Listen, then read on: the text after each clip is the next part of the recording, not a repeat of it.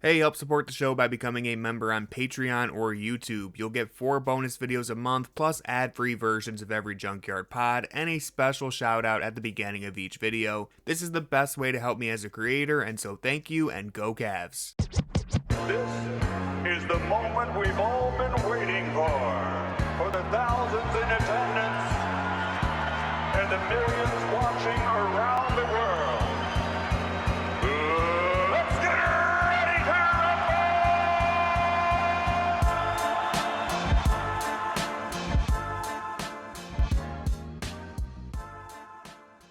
Welcome to the Junkyard Pod. I'm Tony Pesta, and joining me today to discuss a few playoff X factors for the Cleveland Cavaliers is friend of the show. You all know him by now. He's been here plenty of times. Ben Pfeiffer. He's back to push some Cavs agendas. Ben, how you doing, man?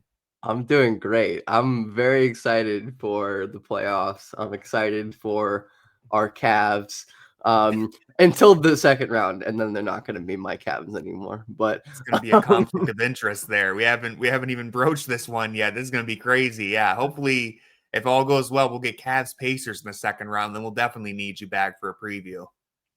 sure, we'll be a little more hostile then. Yeah, got to defend the home team. But yeah, man, I can't wait. I can't believe we're just days away from the Cavs opening up their 2025 NBA playoff run. And it's nice because as a Cavs fan, this is like the first time since I would say 2017 that I can go into a playoff series. Whoever we play, we'll find out. We're recording this before the play-in game between Miami and Atlanta. So either way, I feel kind of comfortable. I'm like, barring a total disaster, I should get to see my team just steamroll someone in the playoffs. And so that's nice to enjoy a playoff series without too much anxiety. I'm excited.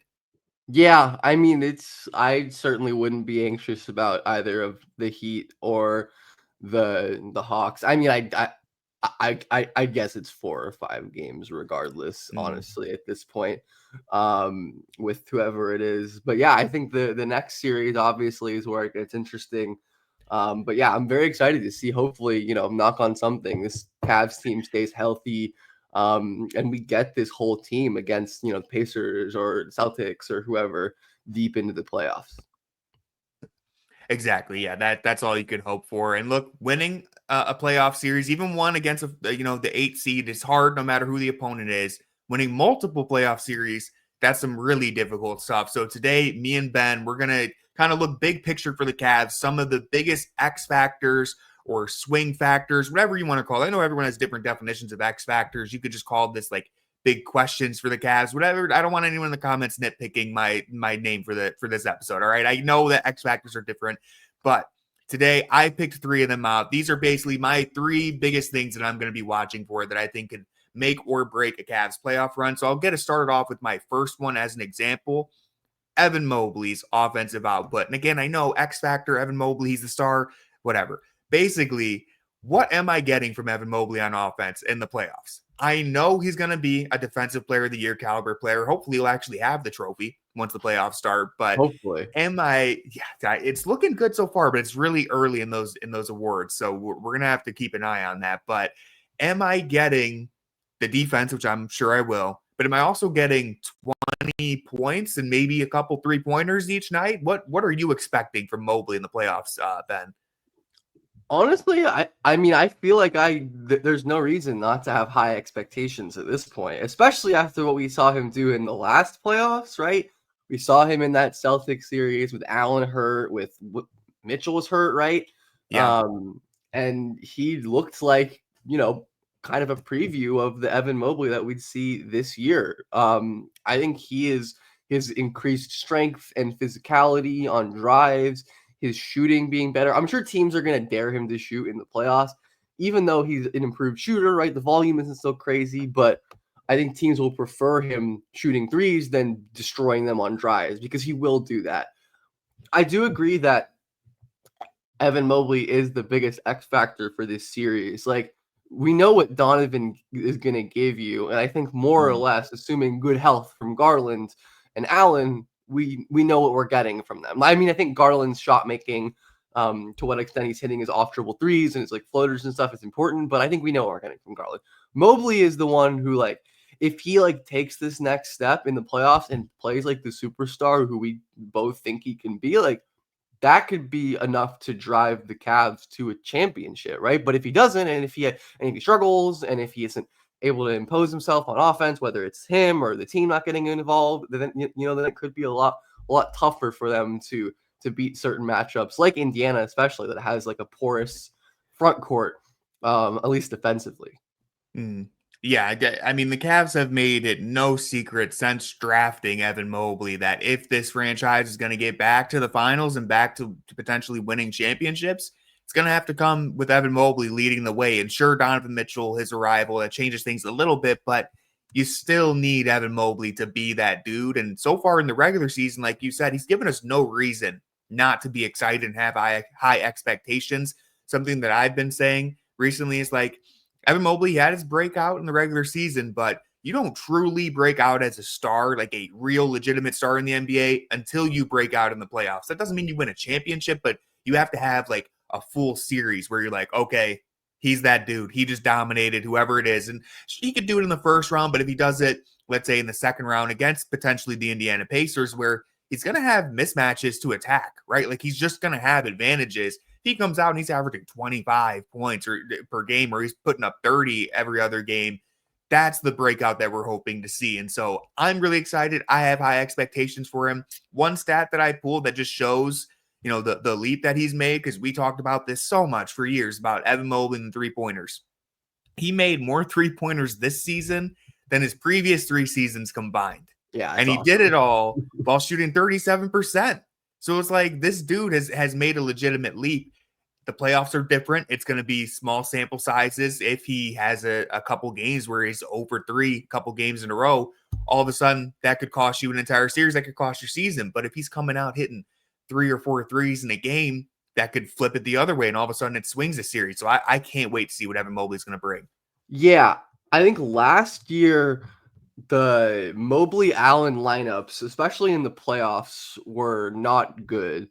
I'm looking at it right now. Last postseason, the Mobley Allen lineups together, a net rating of negative 17.5. And even the Mobley on Allen off lineups were a negative net rating, especially on offense. That's something I'd expect to change this year. I mean, that's just how it was before Kenny Atkinson, regardless of postseason or regular season. So we've seen there's clear areas of improvement from where the Cavs were a year ago in the postseason to, this year. The Mobley Allen lineup was a huge net positive, and Mobley was better than, the Mobley on Allen off lineups were better than the Allen on Mobley off lineups. So I think we have a lot of evidence that this has changed and this has improved. But of course, as we always say, like, we got to see it again in the postseason, even though I think, like, again, Allen seems to have gotten over the lights are too bright thing. Mobley, had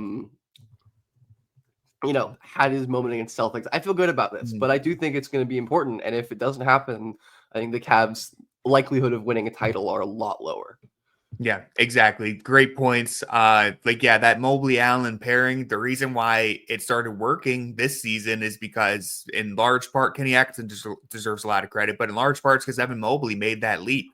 And it's to the point now where if he's next to Allen, he can make it work. And if he's by himself, this was something that we've talked about and focused on in the past, is like part of the problem in the past was like you wanted to say, okay, well, maybe it's the too big lineup holding Evan Mobley back. Maybe we need to trade Jarrett Allen. But what I would point to is like, hey, even when it's just Mobley out there, it's not working either. So I don't think trading Allen is this instant fix. I think there's just issues that they're going to have to solve, whether Allen's next to him or whether he's the lone big. And this year, he solved kind of both sides of it. And I went and looked at this. It's something that we've talked about all season long, but per 36 minutes, and I'm using per 36 because he only played 30 minutes per game this season. He averaged 22 points per 36. How much of that will translate to when he's actually playing 36 to 40 minutes in the playoffs? We're going to find out. And I went and looked back through the game logs and counted the games that he actually played 36 or more minutes this season. He only did it 6 times, which is wild that the Cavs were able to keep his workload so low. Crazy. Yeah, only 6 times this season. I think he did it I don't remember off the top of my head. I counted last season, but I didn't write it down. But he did it a lot more last season. In those 6 games this year, he actually averaged 23 points per game. So it's even more than what his per 36 was against a small sample Okay, that's size. good then. I mean, Yeah, still stepping up it's translating. in Yeah. the moments that, stepping up in the moments when you're needed is definitely going to be an important thing. Mm. Yeah, it was great. It was a pleasant surprise to see that the numbers didn't only translate in that small sample size, but it was actually even better. And on top of that, he averaged 11 rebounds, 5 assists, 2 blocks, and a steal. And for the record, that sample size, because this is important, it included games against the Boston Celtics, the Clippers, the Knicks, and the Grizzlies. So it's not like That he is was just important. beating up on bad teams. And it doesn't even include his highest scoring game of the season when he had 41 against Charlotte. He did that in just 34 minutes. So all this to say, we've seen enough in the regular season to feel like Mobley should be gearing up for a big playoff run. And I love Evan Mobley. I'll defend him over anything, but I'm going to have to see a little bit this year too, because he's given me a reason to have those expectations for him. And that's a Exactly. good place Yeah. to be. It's good to have that pressure on him. I'm excited for it. Right. I mean, I think it's good pressure. It's good expectations, right? Like it's like that's what you want from your young superstar. We shouldn't be going in and be like, I don't know if he's going to be able to, you Mm, know, stand up for the bright lights. Like, no, you want to feel like this guy's dominated both ends all year. I think he's played like an All NBA first team guy, at the very least, an All NBA second team guy. So it's mm, like no reason you shouldn't be able to translate that to the playoffs. And I do really believe just because of how much better he is as a driver, how much less reliant he is on those like tough mid-range and like fadeaway shots and post hooks and stuff. And I think he's so much better this year at initiating contact. And part of it is scheme and part of it is coaching and lineups for sure. I mean, ideally that doesn't go away in the playoffs, right? Like it's the same team, same coaching, mm. same lineups and all of that. But man, Mobley's gotten better every year. Yeah, and I have a lot of faith in him continuing to improve. And yeah, I mean, obviously going to continue to hopefully feast and have easy games with, getting dunks and lobs from Mobley and Jerome and Garland and Donovan and all that. Yeah, I can't wait to see how it translates to the playoffs. I have high expectations, and all that's left to do is see it. But let's move into X Factor number 2. This is my next biggest one. Can Darius Garland beat the drop coverage? I think you could have different questions about Darius and all that. Like, is he going to be the liability on defense? Whatever you may have. But the biggest one to me, maybe like outside of the Mobley stuff, the biggest question that I have for the Cavs is Darius Garland's got to beat the drop. Now, you don't need him to score 30 points per game. He doesn't have to put up insane numbers, but you need him to effectively beat drop coverage more often than not. Because if teams sag off him and pack the paint for an entire series, it'll be too much to overcome by the time you have to play Boston. Maybe you escape a series against whoever it is in the second round with Darius not shooting that well over the drop. But if you're playing Boston and Al Horford's back there still doing it, Kristaps is playing drop, Horford's still terrorizing Darius Garland. If that's happening, it gets really hard to beat Boston. And so I pulled the numbers here too, because this is something that I've been keeping an eye on. Before the All-Star break, Darius Garland, he was shooting 60% on floaters, 39% on pull-up jumpers. He was elite. He was destroying everyone who played under him. And he was at the time, like, could have been all NBA first team himself. I think he slid way out of the picture at this point now. He probably won't be all NBA because since the All-Star break, just 38% on floaters. So it's down from 60% to 38%. He still shot 39% on pull-up jumpers, same exact percentage. So that's consistent. But mid-range overall, that middle of the floor spot, he went from 46% pre-All-Star break to 38% post-All-Star break. And so you'll need first half of the season Garland if you want to go far in the playoffs and get past Boston.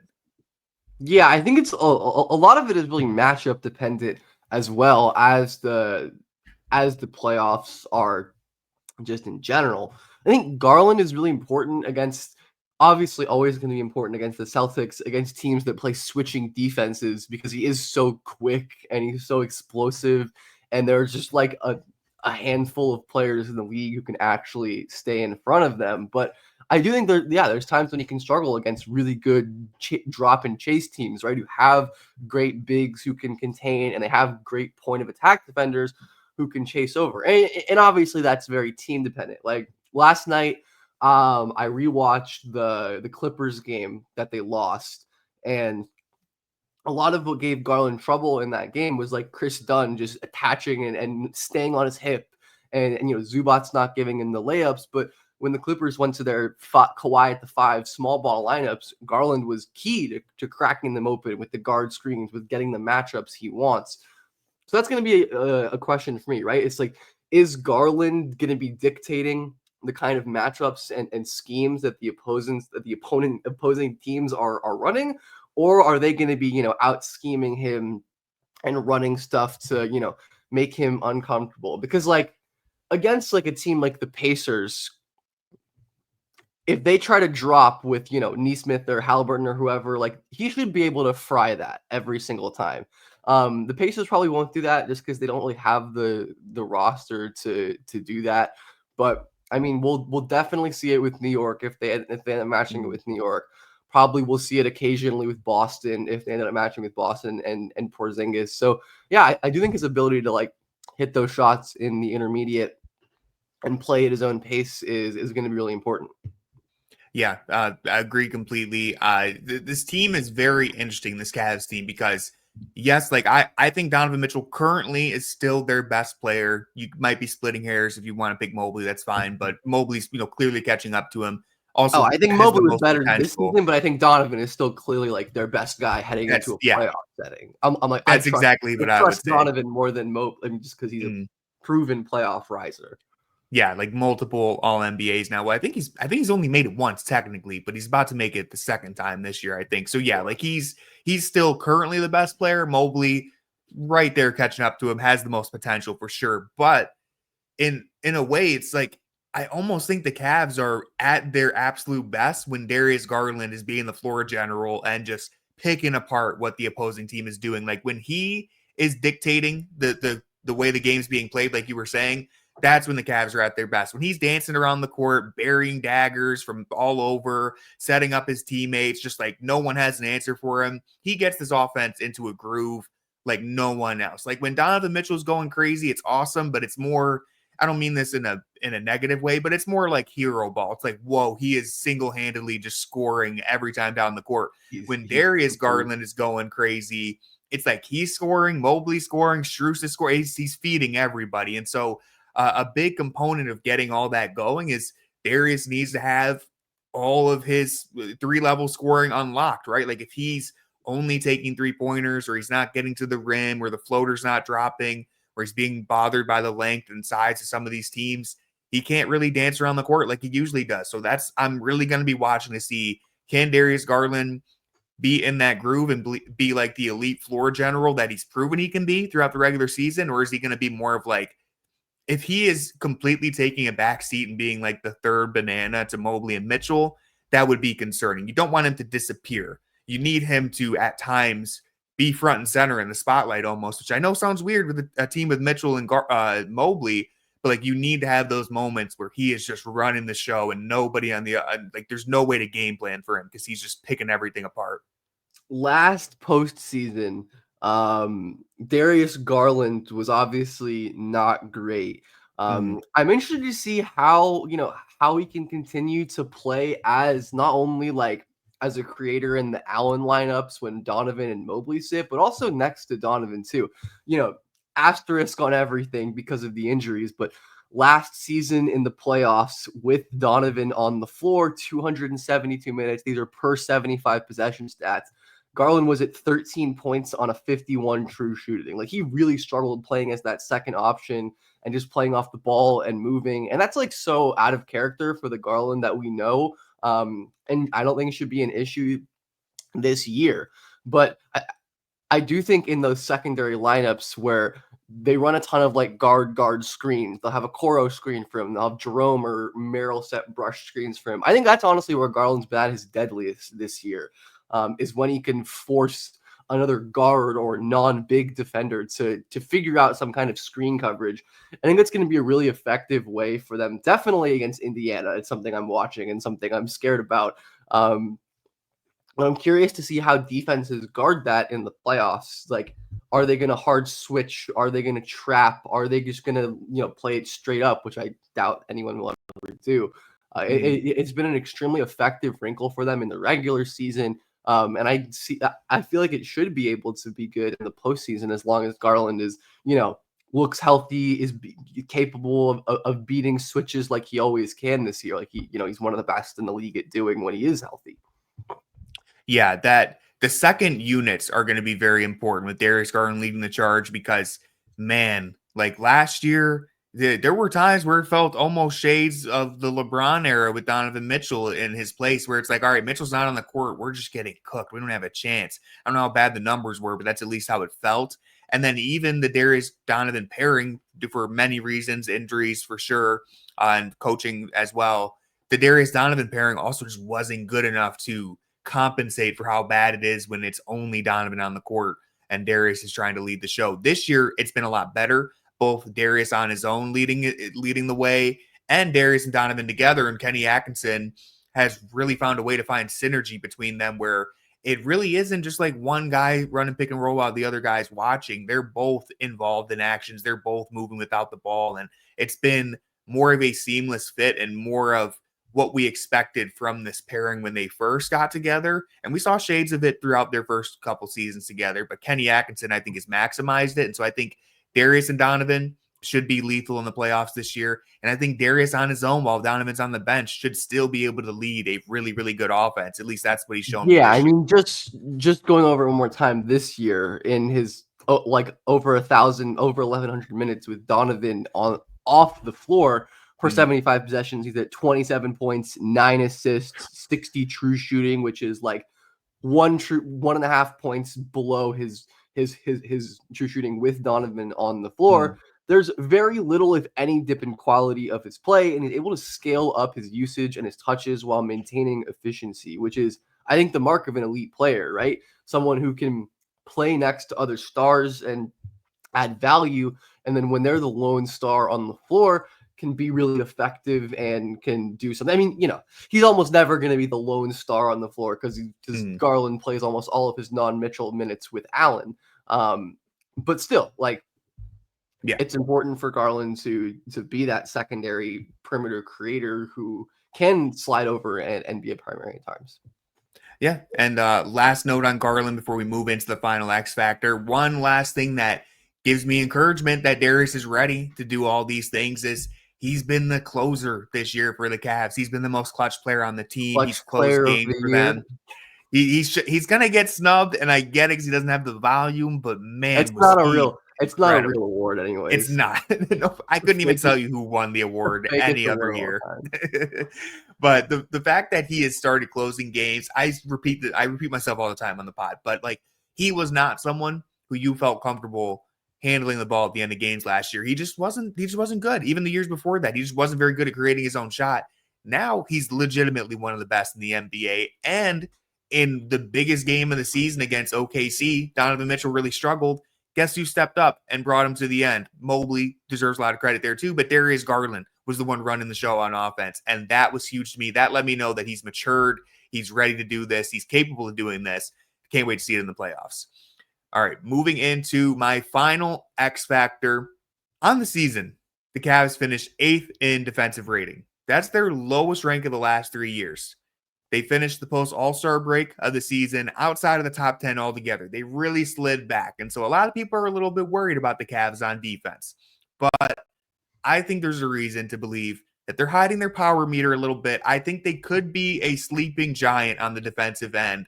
Do you agree with me here, Ben? Do you think the Cavs are still better on defense than what their defensive rating ended up being? Or is this homer bias right here?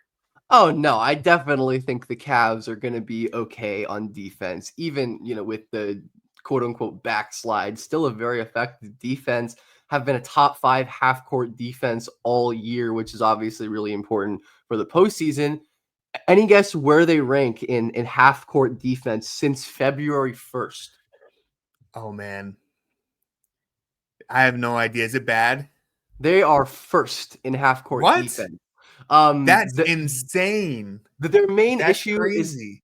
Their main issue there is that they're 29th in offensive rebounding rate, and they're 21st in percentage of plays that they spend in the half court. But as we kind of know, those things kind of not go away in the playoffs. But it's just more of a half court setting. We all know that. That's just like That's inherent knowledge crazy. about It feels like they've the. been so bad on defense since then, but I the think half so. court defense is held up. That's It is great. I think a right, lot of people will be surprised to hear that. and I think that's of course this is according to Cleaning Glass, and this Mm, is like I think a very good indicator for postseason success. Right? It's just like the it slows down.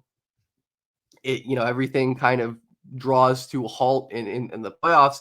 And I do trust the Cavs. I mean, again, you have two elite defensive bigs and a swath of great defensive wings as well. I do think, as always, it's going to be like the guards are the swing factors, right? Like, how much energy is Mitchell expending on defense?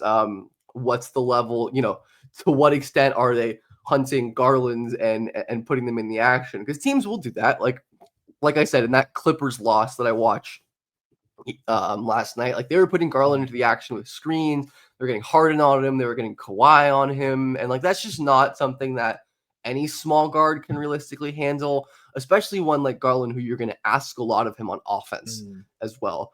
I think Garland tends to step up in these moments. Like in these big games against Boston, OKC, you've seen him be really physical on switches and play harder and not give up as much ground. But at some point, small guards are small guards on defense. But overall, I think the Cavs, especially after trading for DeAndre Hunter, have enough lineup versatility to make it work against pretty much whatever team they need to, right? Like Mobley can guard wings. And I'm thinking about the Boston lineup, the Boston matchup, of course, looking down the line. Like Okoro's healthy, Dean Wade is healthy, DeAndre Hunter's healthy. Like you can roll out.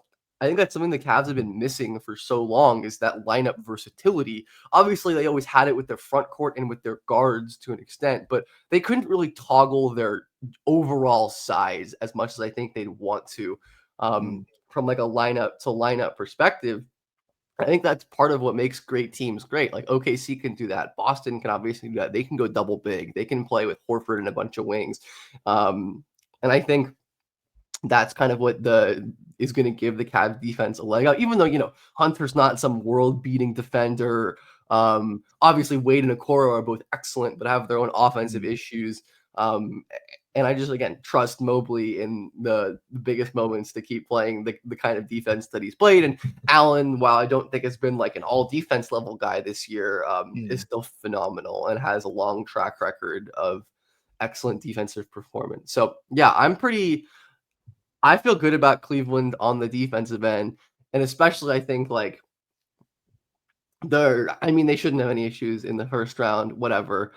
Indiana or Milwaukee. Honestly, I think Indiana is a tougher matchup for them defensively because they have the guards to really give them trouble and to mess with their, the switching and the drop they want to do. But I think the Cavs will be okay on defense. I think it was like Dean Oliver or someone tweeted that it was like, because it was going around that Nico Harrison kept saying defense wins championships over time. And I think it was Dean Oliver or someone like that who tweeted, like, offense gets you there. It is the teams that elevate their defense in the playoffs that actually win championships. Yes. And the Cavs have the elite offense. You need the elite offense to win championships. And you either need you either need the elite offense or you're like the 2022 Warriors and you have Steph Curry and there's your elite offense. But the teams that win are the teams that elevate their defensive performance in the playoffs. And all of the indicators we have for Cleveland, their half-court defense, their lineup versatility, the roster and the talent they have, I think should lend itself to defensive success in the postseason. But of course, who knows? But yeah, I agree 100% with that sentiment. Like, good offense at the end of the day beats good defense in basketball. It's just how it works. And to me, the concern for this Cavs team was always, how the hell did we get this offense to even just be good, let alone the number one in the NBA, which they were this year, which was crazy. I would have never predicted that. But like, I know that they can lock in defensively, right? Like, I've seen it. I've seen this team be top 3, top 5 in defense. I've seen them have the number one defense in the NBA. And then they get to the playoffs and they're like, oh shoot, we can't score 100 points to save our lives. It's way easier. I won't say way easier because it's not easy, but it's easier to have a good offense and then try and, all right, let's just play a little harder on defense, guys. Let's turn up the intensity on defense and get a little bit better there. It's easier to do that than to be a really good defensive team that's like, okay, let's magically become good shooters and like good shot creators. It doesn't work that way in basketball. It's easier to do the opposite. For sure. And another encouraging thing is that Cleveland is still a top 5 half-court defense against top 10 teams, or against top 10 offenses. And then since March 1st, they're second in half-court defense against top 10 offenses, only trailing Orlando, who is just like a monster defense and disgusting offense. So they've stepped up their defense in the biggest moments against good teams, against a bunch of different kinds of teams. Like, there was a little backslide towards the end of the year, and I think a lot of that came with like engagement on transition, engagement in the boards, like fatigue and some injury stuff. So I wouldn't worry too much about it overall, but I think once we get to those, a Bucks or a Pacers matchup and a Celtics matchup, there are things to talk about in terms of where you're going to get hunted on defense, where they're going to target the guards, whether or not, the matchup is good for like they're lucky that they're avoiding all of like the bruising post-up bigs in the West, because like Zubac is a terrible matchup for Mobley and Allen. Jokic is obviously a terrible matchup for Mobley and Allen. Like, Anthony Davis isn't a good matchup for them. I mean, I don't think he's as bad as those other two, but like they don't really have in the East to worry about. Yeah. Except for Cat, who, I mean, you wouldn't see the Knicks until the conference finals.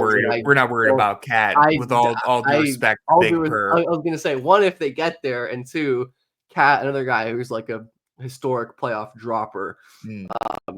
But yeah, I mean, I think they're set up well, and like I said, we get to the ECF, we get to the finals, then I think, we have to talk about the potential ways that their defense can fail. But from a grand scheme point, I think some confidence should be warranted in what this Cleveland team can do on defense, especially early.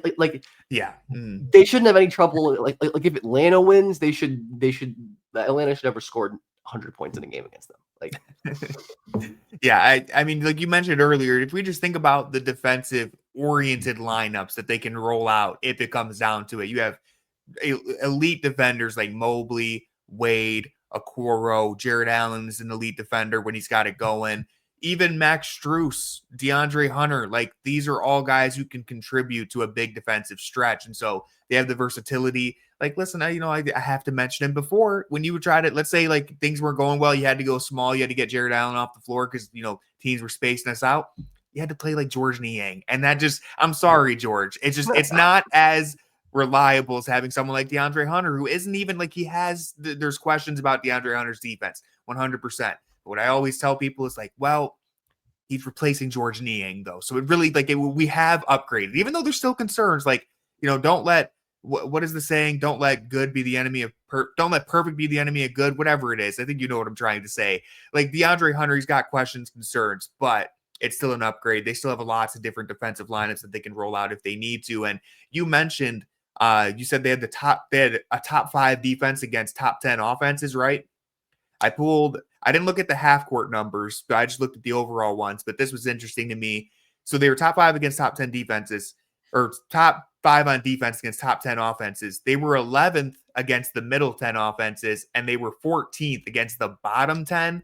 That's part of the reason why their defensive rating wasn't as good this year, because I mean, it makes they sense. just didn't try. Yeah, it's like if they had an excuse to get up on defense, they were showing it. But then, like, especially back half of the year, it's like, man, we're playing 8 games on the West Coast. We haven't been home in 3 weeks. We're playing lottery teams. We already got the number 1 seed locked up. There was a little bit of relaxing on that end. But when I looked at their top, last note on this, and then we'll get going. I looked at their defense against the top teams in the Eastern Conference. Boston, Indiana, and Milwaukee all scored below their season averages against the Cavs.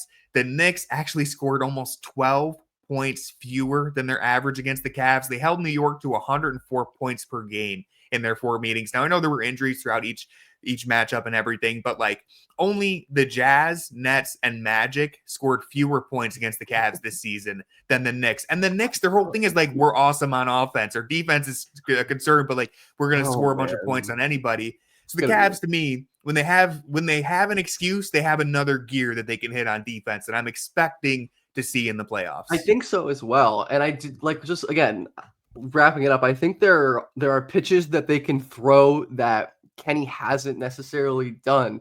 Like, in certain matchups, I think I'm looking at it right now. Line like 81 minutes of Dean Wade plus Okoro plus Evan Mobley. Ridiculous defensive lineup numbers. Like same with Allen and Wade and Okoro. And I think, like, again, not an ideal pairing for every matchup because teams are going to be able to play off those guys. But in some matchups, if you really need the wing defense against like an Indiana, if you just want to have size on Halliburton and Nembhard, or against Boston, I think especially that could be a kind of a pitch they throw. And then you throw Hunter in there as well, right? And you have a guy who certainly isn't like as forceful a defender as those other guys, but he's still a wing. He's still got size that gives you a floor on defense. So I think there's a lot of interesting kind of counters and tweaks and stuff that Atkinson can throw out there that we haven't even seen a ton of this season. And of course, that's the mark of a great coach in the postseason, right? Being able to adjust and throw new stuff out there and keep opponents who've been scouting for you all year on their toes. 100%. Kenny Atkinson, all season long, he's just kind of like experimenting with little things every once in a while. Let's throw a zone out there. Let's throw a Wade at center. Just every once in a while, let's just try something weird. And maybe it worked, maybe it didn't. But in the playoffs, all it takes is throwing the right curveball at the right time, even if it's just for 3 minutes in a game. And you're like, wow, we just tilted the whole series. So exactly. I trust the mad scientist, Kenny. He's going to figure it out. I am very excited to see him in his first playoff series as a head coach with a real elite roster. Because he had that, I believe his only playoff series as a head coach, Brooklyn, right? Was the Brooklyn with D'Lo and Allen, right? Or did he have playoff series with the KD Kyrie team, or was that already Steve Nash at that point? I feel like it was already Steve Nash, but I don't remember off the top of my head. I think so. I'm gonna look this up really quick, but anyway, the point being, as like a neutral fan, I'm very excited to see what Atkinson. And yes, his only postseason was that one series in 2019 against the Sixers, I believe, in the first round where they lost in 5. But of course, it was just like such a talent deficit. Yeah. So I'm fascinated to see like what playoff Atkinson looks like, because like I think he is for sure the coach of the year. I think he's been incredible this year, and I mean the mark of a great coach too is being able to turn it up, adjust in the playoffs. There are incredible coaches, especially in the regular season, famously like Budenholzer, types who can struggle in the playoffs. Yeah. So hopefully Atkinson can turn it up. Just the players obviously have to turn it up and lock in, but so does the coaching staff. Yeah, great point. It's going to be fascinating to see what Kenny does. All this experimenting he's done in the regular season, it's time to push the right buttons in the playoffs now. It's what it's going to come down to. So I can't wait. That's going to do it for this episode of the Junkyard Pod. Ben, it is always great to have you on the show. Do you have anything on YouTube coming up that the people should be looking out for?